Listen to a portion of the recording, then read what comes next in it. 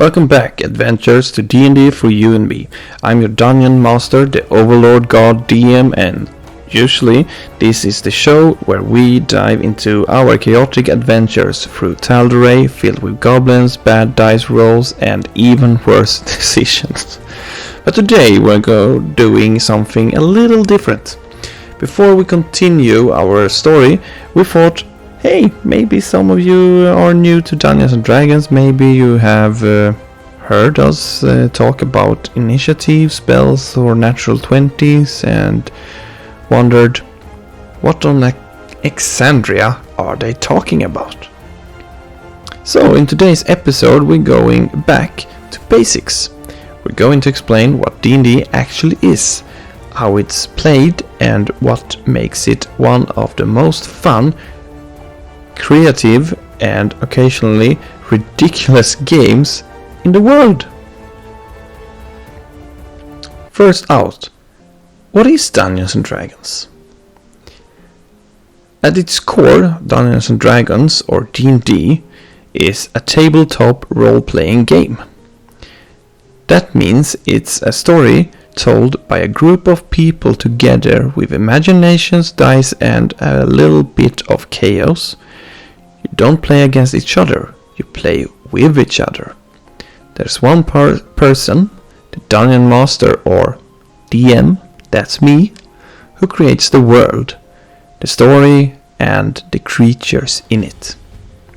Everyone else plays a character, a hero, a scoundrel, a wizard, or sometimes a talking bear named Sir Barrington, who explores that world. Now, creating your character. When you make your character, you choose a race, a class, and a background. Your race might be human, elf, dwarf, tiefling, or something even weirder like a bear or goblin. Your class defines what you do. Are you a sneaky rogue, a brave fighter, a wise cleric, or a chaotic warlock who keeps making deals with questionable entities? And your background adds flavor. It's your past, the reason you adventure, and thing that makes you more than just a sword or a spell. Now, rolling the dice. In D&D, everything is decided by the roll of a die, or more exactly, 7 dice. They range from the 4-sided D4 to the mighty D20, the 20-sided die that decides fate itself.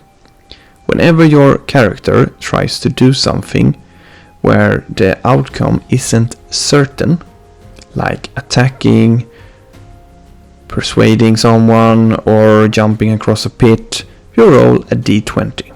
The higher the roll, the better the result. If you roll a 20, that's called a natural 20. It's an automatic success.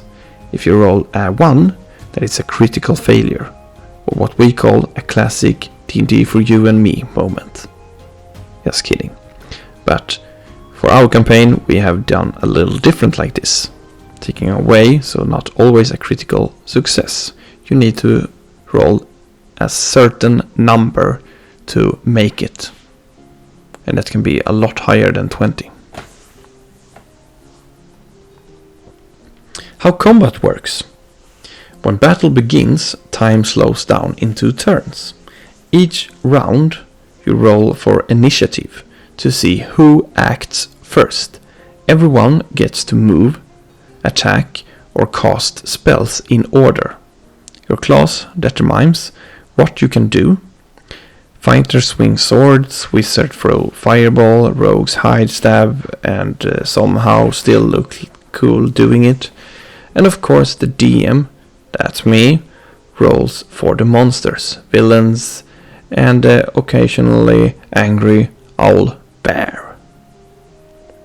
Every turn would be 6 seconds if the time wasn't slowed down. hit points and damage. Every character has hit points or HP. That's how much damage you can take before falling unconscious or worse. Lose all your HP and you start making death saving throws, rolling dice to see if you're clinging to life or your friends have to start planning your funeral. Don't worry, it happens to everyone, eventually. Especially in our campaign. Yeah. Role-playing and story. Now, here's what makes D&D magical. The dice shape the story, but it's the player who bring it to life. Every conversation, every decision, every wild idea you come up with changes the world. You might save a village or accidentally burn it down. There's no winning or losing, only storytelling, laughter, and memories.